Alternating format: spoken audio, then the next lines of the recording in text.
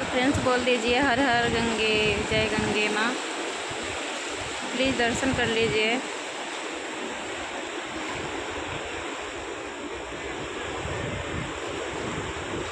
गंगा मैया का पानी बहुत ज़्यादा बढ़ गया था और वो देख रहे हैं फ्रेंड्स सामने, तो ये जानकी सेतु है, आप लोग देख लीजिए।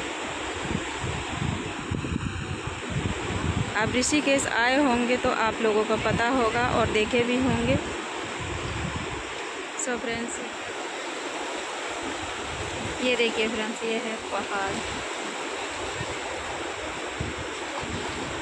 इस महीने में कितना हरा भरा हो गया है फ्रेंड्स, ये देखिए। दूर से भी उधर सब लोग नहा